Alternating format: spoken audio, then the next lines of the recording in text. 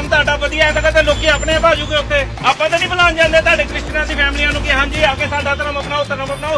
ਅੱਜ ਤੱਕ ਤੁਹਾਨੂੰ ਕਿਸੇ ਹਿੰਦੂ ਨੇ ਕਿਹਾ ਹਿੰਦੂ ਬਣੋ, ਤੇ ਤੁਸੀਂ ਕਿਉਂ ਕਹਿੰਦੇ ਹੋ ਕ੍ਰਿਸਚਨ ਬਣੋ? ਜੇ ਤੁਸੀਂ ਆਪਣੇ ਧਰਮ ਦੀ ਗੱਲ ਕਰਦੇ ਤਾਂ ਤੁਸੀਂ ਵੀ ਨਹੀਂ ਇਹ ਕੰਮ ਕਰਨਾ ਸੀਗਾ। ਜੇ ਤੁਹਾਡਾ ਧਰਮ ਤੁਸੀਂ ਵੀ ਚੁੱਪ ਰਹੋ। ਜੇ ਬੋਲੂਗੇ ਮੋਰੇ ਜਵਾਬ ਮਿਲੂਗਾ, ਜੇ ਬੋਲੂਗੇ ਮੋਰੇ ਜਵਾਬ ਮਿਲੂਗਾ। ਜੇ ਤੁਸੀਂ ਆਪਣੇ ਧਰਮ ਦੇ ਕੱਚੇ ਸੇ ਤੁਸੀਂ ਇਹ ਕੰਮ। और आप नोटिस करेंगे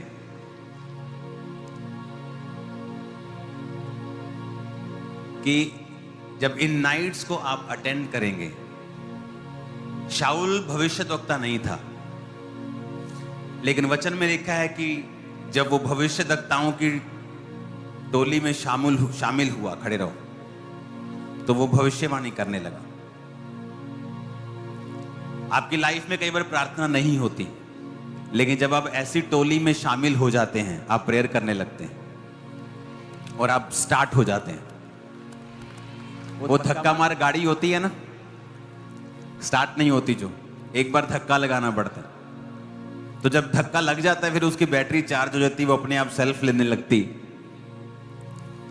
तो नाइट प्रेयर्स जो होंगी ये आपकी स्पिरिट को चार्ज कर देंगी। आप यीशु मसीह ने रोज प्रार्थना नहीं की, फुल नाइट प्रेयर रोज नहीं की। कई बार दिन निकलने से बहुत पहले सुबह 2 बजे 3 बजे वो निकलते थे, 8 बजे वापस आते थे। कई बार वो दोपहर को प्रार्थना करते थे, कई बार शाम को करते थे, कई बार बहुत सुबह, कई बार सारी रात लिखा। कई बार लिखा यीशु मसीह ने प्रार्थना करने में सारी रात बिताई। तो जब ये नाइट्स हुआ करेंगी, प्रेयर नाइट, अब तो छतें पड़ गई हैं, अब कोई ठंडी सर्दी बारिश खत्म हो गया अब। ओके, अब आप आएंगे बस और हम प्रार्थना में लगे रहेंगे। थोड़ी सर्दी हो जाया करेगी यहाँ, जैसे जब यहाँ कूलर लगे, यहाँ पर हम गर्म मशीनें, आपको मालूम है, चर्च लग जाती हैं, तो गर्मी लगती है अंदर अब सर्दी में भी। और जैसे जैसे ये कंप्लीट होता जा रहा है, देखो कितना सुंदर लगता जा रहा है। हालेलुया। एक लाइन रह गई है बस, ये तो नजर आ रही है, जो इसका ऑर्डर जा चुका है, पैसे जा चुके हैं, और जब वो आएगा उसके बाद 1 करोड़ 20 लाख और चला जाएगा तो खत्म काम, ये वाला। हालेलुया। कितने इस बात को समझ रहे हैं? तो ये आखिरी प्रेयर नाइट नहीं है, ये शुरुआत हुई है प्रेयर नाइट्स की। तो हम प्रेयर नाइट्स किया करेंगे जहां आप प्रेयर करना सीखोगे। अच्छा वचन में ये लिखा है, अच्छा वचन में ये लिखा है। नहीं तो आप सारी उम्र मांगते रहोगे, प्रभु तू कुछ करता क्यों नहीं, प्रभु तू कुछ करता क्यों नहीं। आपको वचन से क्लेम करना पड़ेगा, तेरे वचन में लिखा है कि तेरे बाहिने हाथ में धन और महिमा है। सुनो, गरीबी एक श्राप है। गरीबी में जन्मना आपके हाथ में नहीं है, पर गरीबी में मरना नहीं है। आप जिस परिवार में जन्मे हो वो तो आपके हाथ में नहीं है, लेकिन गरीबी में मरना नहीं है, फाइट करनी। परमेश्वर ने कहा मेरे एक हाथ में लंबी आयु, दूसरे हाथ में धन और महिमा है। आपको घुटने टेक कर रोज कहना पड़ेगा, प्रभु जो तेरे हाथ में है ना मुझे चाहिए। आपको मांगना पड़ेगा परमेश्वर से। आप चुप करके बैठे रहेंगे कि सडनली एक दिन कुछ ऐसा होगा, वो सडनली एक दिन कभी आएगा ही नहीं आपकी लाइफ। आपको वो दिन लाना पड़ेगा। बाइबल कहती जीसस प्रार्थना कर रहे थे, बपतिस्मा लेकर आकाश खुला। प्रेरितों के काम में प्रेरित जो थे प्रार्थना कर रहे थे कि प्रभु तेरे वचन में लिखा है अंत के दिनों में तू अपना आत्मा सब मनुष्यों के ऊपर। वो ये नहीं कह रहे थे प्रभु कुछ कर, प्रभु कुछ कर, आत्मा भेज, अकेला ये नहीं कह रहे थे, लेकिन वो वचन के बीच में से प्रार्थना कर रहे थे कि तेरे वचन में लिखा है। हालेलुया। जब वचन में मैं ऐसी बातें पढ़ता था जो मेरी लाइफ में इम्पॉसिबल थी, तो मैं रोता था और ऐसे बाइबल लगाकर बोलता, प्रभु मैंने नहीं लिखा। मैंने लिखा है क्या? ये तूने लिखा है ना, मैंने थोड़ी लिखा है। अगर तूने लिखा है ना तो मेरे को पूरा चाहिए, मेरे जीवन में होता हो। 8 घंटे प्रार्थना, 7 घंटे प्रार्थना, रोज मेरा हाल होता था। जैसे मैंने शाम को अंदर घुसना, कई टीम मेंबर दौड़ जाते थे, मुझे मालूम था कि अब हम 8 घंटे बंद गए, या तो अभी भाग जाओ, बाद में भाग भी नहीं होगा। हालेलुया। तो मेरे को मालूम है, अगर आपको चाहिए, आपको प्रेयर करनी पड़ेगी और वचन के बीच से प्रेयर करनी पड़ेगी। और इन प्रेयर नाइट्स में हम वचन को लेंगे और उनके बीच में से प्रार्थना किया करेंगे। आपको समझ आएगी प्रार्थना कैसे करनी है। हालेलुया। इस भारी गिनती में इस रात को आना, ये नहीं कि अकेले जेंट्स आए हैं, बहनें भी उतनी हैं, बच्चे भी हैं, बुजुर्ग भी हैं। ये विक्ट्री है कि शैतान के ऊपर आप लोगों की। मैं सच कह रहा हूं आपको, अगर आप प्रार्थना सीखने के इतने इच्छुक हैं, प्रेयर नाइट के इतने प्यासे हैं, कौन फिर आपकी डिलीवरेंस को रोक सकता है? आपका काम नहीं हो रहा, प्रार्थना करो। अगर 2 घंटे से नहीं हो रहा तो क्या करो? 3 घंटे करो। अगर 3 घंटे से नहीं हो रहा तो क्या करो? 4 करो, 4 का 5 करो, 5 का 7 करो, 7 का 10 करो, काम होगा। पॉसिबल नहीं, काम नहीं, ये मैंने देखा नहीं। डोज बढ़ाओ, अगर प्रार्थना से काम नहीं हो रहा तो और प्रार्थना करो। हालेलुया। तैयार हो प्रार्थना के लिए? मजा आ रहा है प्रार्थना करने में? समझ आ रही है? आवाज आ रही है?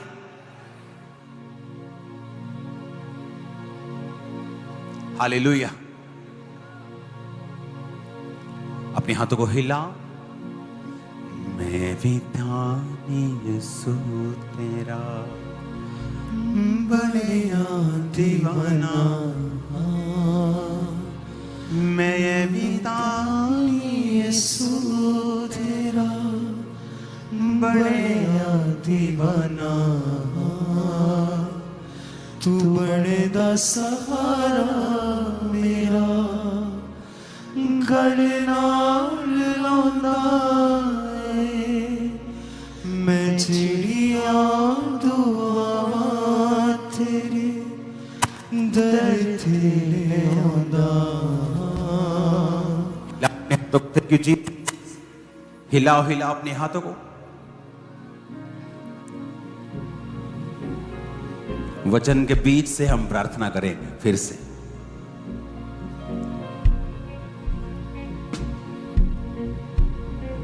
वचन को याद करो, कौन सा वचन आपके केस को सपोर्ट करता है, किस वचन में आपकी ब्लेसिंग के बारे में लिखा है, उसे अपना पर्सनलाइज्ड करके उसे इंडिविजुअली उसे बोलना शुरू करो। यहोवा मेरा चरवाहा, मुझे घटी ना होगी। यहोवा के दाहिने हाथ में दीर्घ आयु, बाहिने हाथ में धन और महिमा है। अंगीकार करके ऊंची आवाज में थैंक यू जीसस बोलते हुए, थैंक यू जीसस बोलते हुए, थैंक यू जीसस बोलते हुए।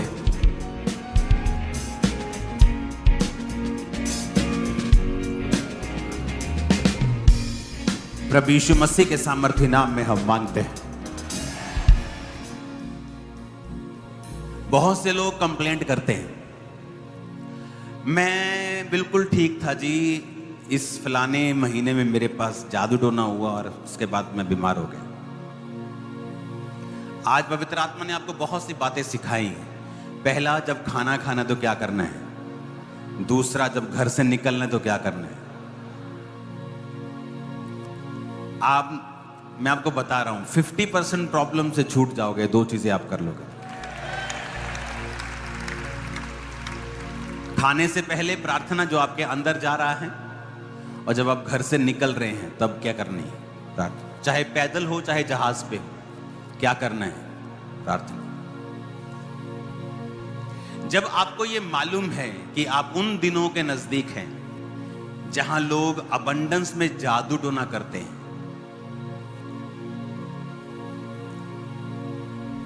लेकिन आप लोग प्रेयर में नहीं होते। टोना करने वाले वो दिन लोग बोलते दिन आगे, जादू टोना ज्यादा होगा इसमें, लेकिन क्रिश्चियन जो है वो सो रहा है। अगर आप उन दिनों में भी सो रहे हैं और प्रेयर नहीं कर रहे हैं, तो कौन आपको बचा सकता है? जब परमेश्वर ने कहा कि अगर तुम प्रार्थना नहीं करोगे तो किस में पड़ोगे? परीक्षा में पड़ जाओगे। आप फिर बोलेंगे मेरी बेटी बिल्कुल ठीक थी, पता नहीं क्या हुआ, उसका दिमाग एकदम से चेंज हो गया। क्या हुआ? वो शैतान जादू और टोने ने उसको किया। अगर आप प्रेयर करते, प्रेयर में पकड़ते उन चीजों को, समझते कौन से दिन चल रहे हैं, मुझे कब प्रेयर में रहना है, कब नाइट प्रेयर करनी, कब मुझे आत्मा में रहना है, आपको समझ होनी चाहिए। अपने हाथों को उठा, अगले 10 मिनट में हीलिंग के लिए, आपके डिलीवरेंस के लिए प्रार्थना करूंगा। जो जादू और टोने के नीचे हैं वो इस समय आजाद होंगे, जो बीमारी के नीचे हैं वो आजाद होंगे। उसके बाद आज जो टीम पिछले 3 दिनों से डे नाइट फास्टिंग में है, आपको मसा करेगी एक एक जन को। और मेरा ये बिलीव है कि आप लोग आत्मा को लेकर जा रहे हो, जो प्रार्थना का आत्मा है। आप मिस नहीं करोगे कल से प्रेयर, आप मिस नहीं करोगे। जो दिन और रात मेरे नाम की, क्या मैं उनकी नहीं सुनूंगा? यीशु मसीह ने कहा एक विधवा एक पापी के पास जाती थी। वो पापी किसी ऊंची कुर्सी पे था, तो रोज कहती थी मेरा न्याय कर, मेरा काम क्यों नहीं करता तू? बंदा सोचता था कि ना मैं किसी परमेश्वर से डरता हूं, ना किसी आदमी की परवाह करता हूं, तो ये विधवा रोज रोज मुझे सताएगी, इससे अच्छा है कि मैं इसका काम कर दूं। परमेश्वर कहता देखो वो विधवा के बारे में वो बंदा क्या सोचता है, क्या मैं उनका न्याय नहीं करूंगा जो दिन और रात मेरे नाम की। सुबह प्रार्थना करो, शाम प्रार्थना करो, बेस्ट है 3 टाइम कर सकते हो। तो बंदे नहीं कर सकते, कई सुबह काम पे जाने से पहले 1.5 घंटा, काम पे आने के बाद रात को सोने से पहले 1.5 घंटा। 40 minute prayer, 30 minute Bible, 20 minute परमेश्वर के वचनों को दोहराओ। तेरे वचन में लिखा है, तेरे वचन में लिखा है, तेरे वचन में लिखा है। मैंने तंग कर दिया परमेश्वर को बोल बोल के, तेरे वचन में लिखा है, तेरे वचन में लिखा है। आज वो सब पूरा हो चुका जिसके लिए मैं प्रार्थना करता हूं। वचन के बीच से तेरे वचन में लिखा है, तेरे वचन में लिखा है, तेरे वचन में लिखा है, तेरे वचन। परमेश्वर कहता विधवा का न्याय वो कर सकता है, पापी मैं उनका न्याय क्यों नहीं करूंगा जो दिन और रात मेरे नाम की। यानी जीसस के कहने का मतलब था रोज 2 टाइम 3 टाइम मेरे सामने आओ और मेरी दुहाई दो, मैं तुम्हारा न्याय करूंगा। कितना सिंपल है हमारा परमेश्वर। उसने नहीं कहा कि बड़े बड़े काम करो, जमीन में लटक जाओ, नीचे धंस जाओ। उसने कहा मेरे पास आओ रोज और मेरे सामने प्रार्थना करो। प्रेयर इज द मास्टर की। अगर प्रेयर लाइफ कमजोर है, पूरी लाइफ कमजोर है। अगर प्रेयर लाइफ स्ट्रांग है, अगर कोई बंदा ये बोले कि प्रेयर तो मेरी पास जी 40 मिनट पर विश्वास मेरा पक्का है, वो झूठ बोल रहे हैं। पतरस ने कहा, जब परमेश्वर ने कहा पतरस मुझे क्रूस पर चढ़ाया जाएगा,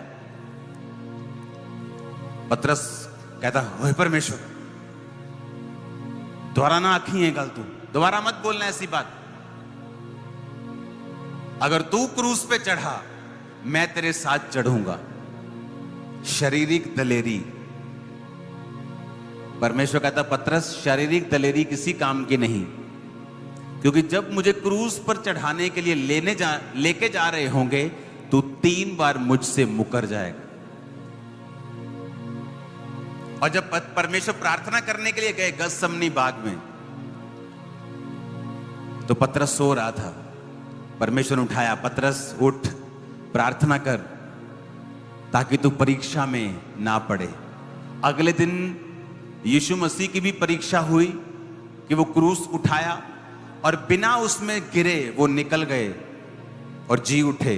लेकिन पतरस उस परीक्षा में फंस गया और उसने कहा, लानत हो जो परमेश्वर को, यीशु को जानता हो। वो झूठ नहीं बोल रहा था वो कि तेरे नाल मैं भी मरांगा। वो शारीरिक दलेरी थी, फेल हो जाती जब परीक्षा आती। जब शैतान अटैक करता है ना, बड़े बड़े फेल हो जाते जिनकी लाइफ में प्रेयर नहीं होती। इसलिए परमेश्वर ने कहा, अपने शरीर पर भरोसा मत करो, प्रार्थना करो। बात बोली कि हे मूढ़ स्त्री, तू पागल जैसी बेवकूफ जैसी बातें क्यों करती है? हम जो परमेश्वर के हाथ से सुख लेते हैं, दुख ना ले। इन बातों में अय्यूब ने कोई पाप नहीं किया। ये सब परमेश्वर ने जो बोला, ये हमारी बस की बात नहीं है, लेकिन है इसीलिए कि यीशु मसीह ने हमारे लिए वो पर्दा फाड़ चुका है। वो पर्दा फाड़ कर करीब आ गए। जब पहले तपस्या होती थी, 100-150 साल तपस्या करने के बाद में जब हम तपस्या करते थे, परमेश्वर के तो दान वरदान मिलते थे, और उसमें भी कुछ हमके अंदर चूक हो जाए तो फिर 0/0 पा जाते थे। लेकिन अब परमेश्वर वो पर्दा फाड़ कर हमें करीब ला दिया। ये उसकी महान दया और ये उसकी कृपा है।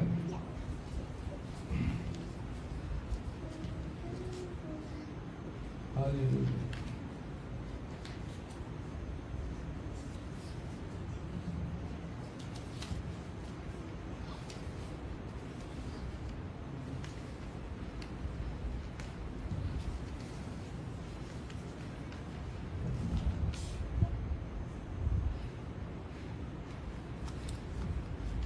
अब हम शैतान के बारे में समझेंगे।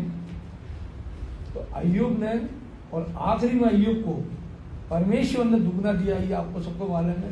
और आखिरी में परमेश्वर ने अय्यूब पर छाप लगाई, चंगाई की छाप लगाई। तेरी प्रार्थना सुनेंगे तो मैं इनको चंगा करूंगा।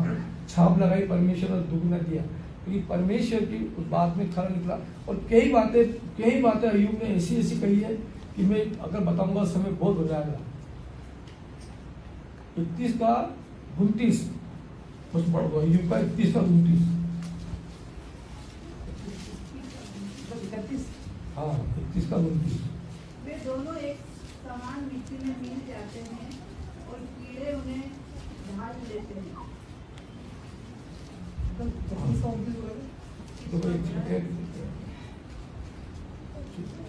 यदि मैं अपने बैरी के नाश से आनंदित होता, हाँ, या जब उस पर विपत्ति पड़ी तब उस पर हंसा होता। अगर मैं अपने बेरी पे नाश होता या खुश होता, ये ऐसी बातें परमेश्वर बारी बारी पकड़ता है।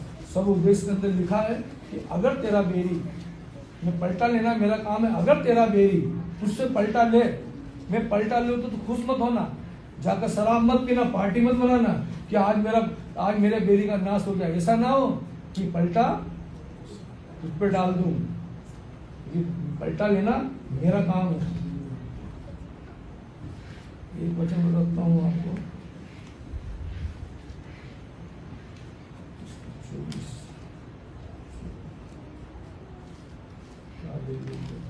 धन्यवाद।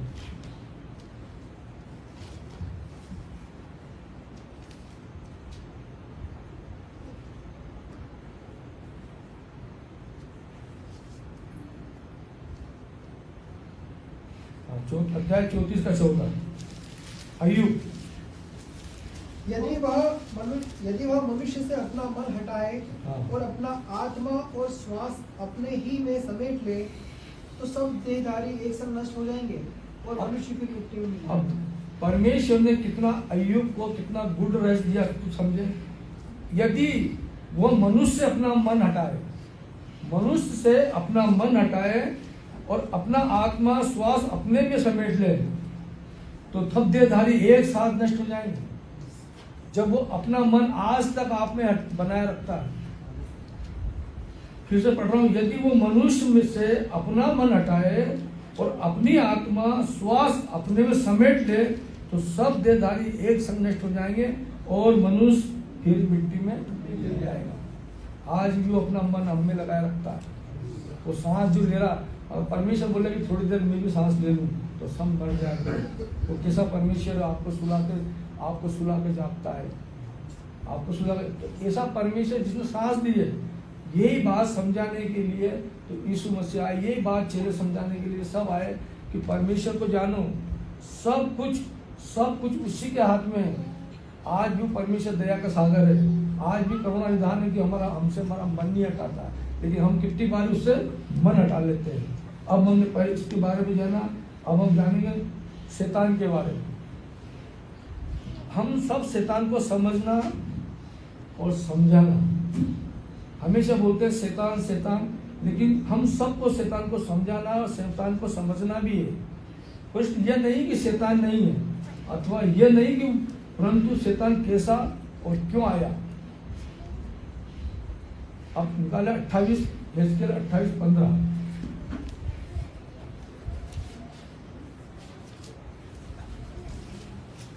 जिस दिन से तू सिरजा गया और जिस दिन तक तुझमें कुटिलता न पाई गई, उस समय तक तू अपनी सारी चाल चलन में निर्दोष रहा।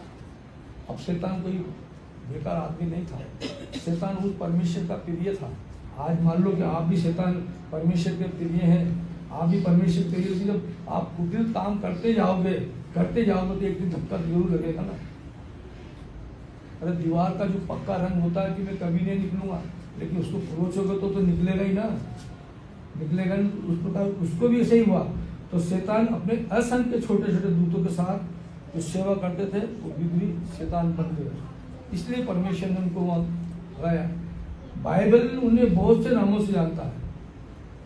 बाइबल के अंदर शैतान को बहुत नामों से जाना जाता है, जैसे विरोधी, इस संसार का ईश्वर, आकाश का अधिकारी, बेरी, परखने वाला, फाड़ खाने वाला, गरजने वाला शेर, झूठ का पिता और संसार को भड़काने वाला हत्यारा।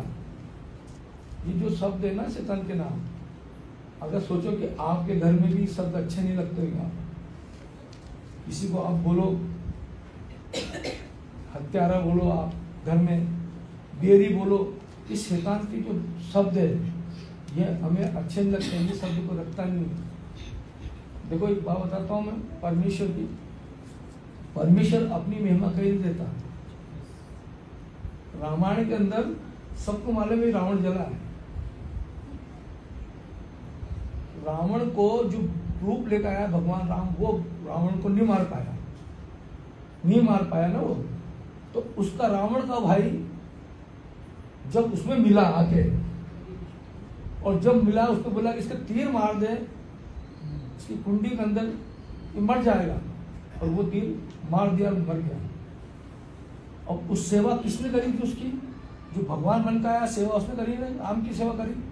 लेकिन रावण ने जो श्राप दिया उसको, रावण ने श्राप दिया कि तेरे को कभी भी भाई की गिनती के अंदर तेरा नाम नहीं लिखा जाएगा, तेरे नाम को जब भी लिया जाएगा तेरे नाम का भ्रष्टाचार करके लिया जाएगा। तो सेवा किसने करी उसकी, परमात्मा की सेवा करी ना, बोल रहे परमात्मा ही है, लेकिन श्राप किसका लगा उसको, रावण का।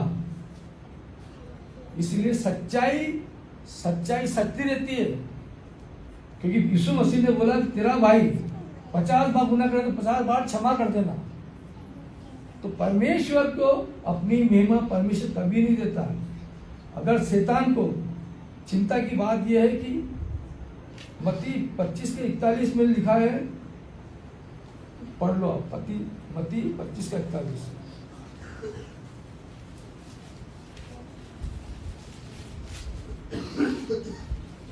जागते रहो और प्रार्थना करते रहो कि तुम परीक्षा में न पड़ो। आत्मा तो तैयार है परंतु शरीर दुर्बल है।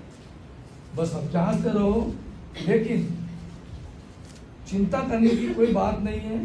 शैतान न्याय का कांटा लेकर नरक में खड़ा नहीं रहेगा। जो शैतान बोलता है नरक में डाल दूंगा, आपको हमको धमकी क्यों देता है कि नरक में डलवा दूंगा, वो तो न्याय जानता है इस बात का कि अगर मैं इनको गलत काम करवाऊंगा तो परमेश्वर न्यायी है, तो परमेश्वर नरक में डाल देगा। लेकिन उसे ये नहीं मालूम एक दिन उसको भी नरक में जाना पड़ेगा। तो वो नरक में कांटा लेकर नहीं खड़ा, स्वामी कभी नहीं हो सकता, क्योंकि एक दिन वो भी नरक का शिकार बनेगा, वो भी एक दिन नरक का शिकार बनेगा। वो हमको नरक में डलवा रहा, लेकिन एक दिन नरक का शिकार बनेगा। और शैतानों के दूतों के लिए नरक तैयार किया गया। इसलिए हम पढ़े प्रकाशित वाक्य 12:10।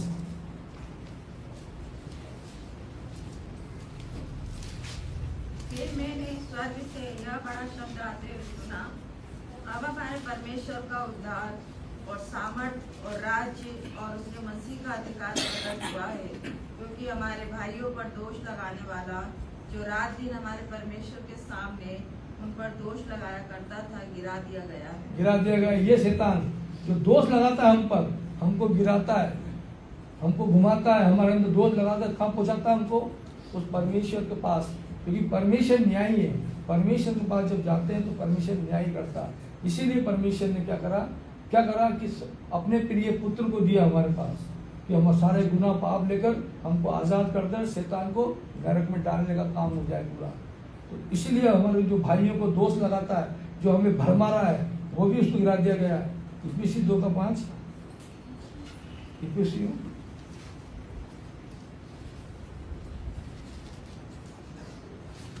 जब हम अपराधों के कारण मरे हुए थे तो हमें मसीह के साथ जिलाया, अनुग्रह से तुम्हारा उद्धार हुआ। अनुग्रह से ही हमारा उद्धार हुआ। अगर शैतान खुद को परमेश्वर के विरोध में नहीं किया होता, ये आखिरी बात बोल के खत्म करूंगा कि अगर शैतान ने खुद को परमेश्वर के विरोध नहीं किया होता तो मनुष्य जाति को 10 आज्ञा बनाने की कोई जरूरत नहीं होती।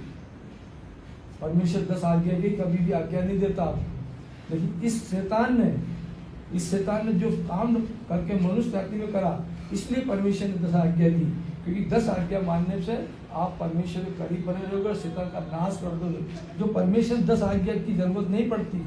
इसके अलावा परमेश्वर को अपने पुत्र यीशु को क्रूस पर प्राण देने की भी कोई जरूरत नहीं पड़ती, क्योंकि शैतान को भेजकर शैतान नीचे आकर उसके बनाए हुए पुत्रों को शैतान ने गुमराह कर दिया, पापों में डाल दिया, इतने गुनाहों पापों में फंसा दिया, करके आंखों का चकाचौंध कर दी। इसलिए परमेश्वर ने अपने प्रिय पुत्र को दिया ताकि हमारे सारे गुनाह पाप लेकर शैतान का नाश करे, शैतान की योजना को ध्वस्त करे, ताकि हम नरक की आग के अंदर उस लाइन में नहीं लगे। इस संसार में शैतान कार्य करने वाले, शैतान आत्मा मारने वाले बहुत है। नाना प्रकार के जब मनुष्य दुख तकलीफ आती है तो प्रभु को दोष नहीं देते। तो इसी प्रकार जब परमेश्वर को अय्यूब का यह हुआ कि उसने दोष नहीं दिया, वो हो गया, और हमको भी आखिरी के अंदर इन शैतानों की कोई बात के अंदर हमको भी इतना जांचना, अगर हमें गड़बड़ हो रही है, हमें तकलीफ हो रही है, परेशानी आ रही है, तो समझ लो कहीं ना कहीं कोई बात है। सिर्फ आपकी कोठरी में जाओ, आपकी संगति में लोग बैठते उनको फ़ोन करो, अपने पास्टर को फ़ोन करो, क्या मेरे को ये तकलीफ है, अपने बाइबल अक्षर उठाओ, प्रार्थना करो, और आप बोलो कि नहीं मैं कर लूँगा, क्योंकि आपको सबको परमेश्वर ने भर रखा है। आपको परमेश्वर ने सब में ताकत दे रखी है, सबको सामर्थ्य दे रखी है, लेकिन आप पहचानते ही नहीं। क्योंकि परमेश्वर ने अगर सब में ताकत नहीं देता, सामर्थ्य नहीं देता, तो परमेश्वर नहीं बोलता कि अंत के समय में मेरे बेटे बेटियां दर्शन देखेंगे। इसलिए सब में है, आप में, सब में। आप यहाँ पे क्या करते हो? हम चर्च क्यों आते हैं? मालूम, हम चर्च सारी बातों को बाहर रखकर यहाँ खाली हो जाते हैं, यहाँ खाली होते हैं। हमारे दुख, हमारी तकलीफ, हमारे संकट हम यहाँ का सब प्रभु को बताते हैं। क्यों बताते हैं? परमेश्वर ने कहा कि जहाँ 2 या 3 मेरे नाम से होते हैं या इकट्ठे होते हैं, तो यहाँ प्रभु रहता है। तो हम खाली हो जाओ प्रभु का आगे, प्रभु आज ये भी मेरी बात है, आज ये बात है, और उसके बाद आनंद के साथ भर के जाओ। और जो वचन यहाँ से कोई भी दास कोई भी कहे, उस वचन को आप समझें। आप जब बाइबल पढ़ते हो तो एक पेन और कापी जो रखना चाहिए। पेन और कापी का मतलब मालूम क्यों रखना चाहिए? क्योंकि जब हम प्रार्थना करते हैं तो परमेश्वर सुनता है, लेकिन जब हम वचन बोलते हैं तो परमेश्वर बात करता है। और कापी पेन का मतलब ये हुआ, हाँ, जो बाइबल नहीं पढ़ते हैं उसके लिए कोई जरूरी नहीं कापी पेन, लेकिन जो बाइबल पढ़ता है उस कापी पेन का मतलब ये होता है कि यहाँ से वचन चला और आपने सुना, जो मैं वचन बोल रहा हूँ, जितनी बुद्धि परमेश्वर ने मुझे दी उस वचन को तोड़ने मरोड़ने की, यहाँ से ये हो सकता है, यहाँ से हो सकता है। जब परमेश्वर आप देखते हो तो आपको ही बोल सकता है नहीं, इस वचन का महत्व ये भी हो सकता है। परमेश्वर का वचन मुझसे ये भी कह रहा है, परमेश्वर का वचन मुझसे ये भी कह रहा है, तो आप उसको लिख सकते हो। अगर आपका उस टाइम लिखना चूक गया तो आप नहीं लिख सकते हो। क्योंकि जब मैं कविता और भजन लिखता हूँ ना, तो ऐसा होता है, मैं लिखता हूँ तो बेटे बेटे जो वचन ध्यान में आता है उसको फट लिख लेता हूँ। अगर मैं चूक गया तो फिर समझ में नहीं आता, रात में भी आता है तो मैं लिख कर फिर सुबह देखता हूँ उसको मैंने क्या लिखा। तो जब आपको ये लिखे या फिर आपका दिमाग सही हो दिमाग में नहीं, ये इस वचन का ये भी महत्व हो सकता है, ये वचन सुनाया गया इसका भी ये महत्व है, इससे ये भी हो सकता है। तो इससे आपकी बुद्धि बढ़ेगी और वो दिमाग बढ़ेगा। चलिए, धन्यवाद प्रभु का।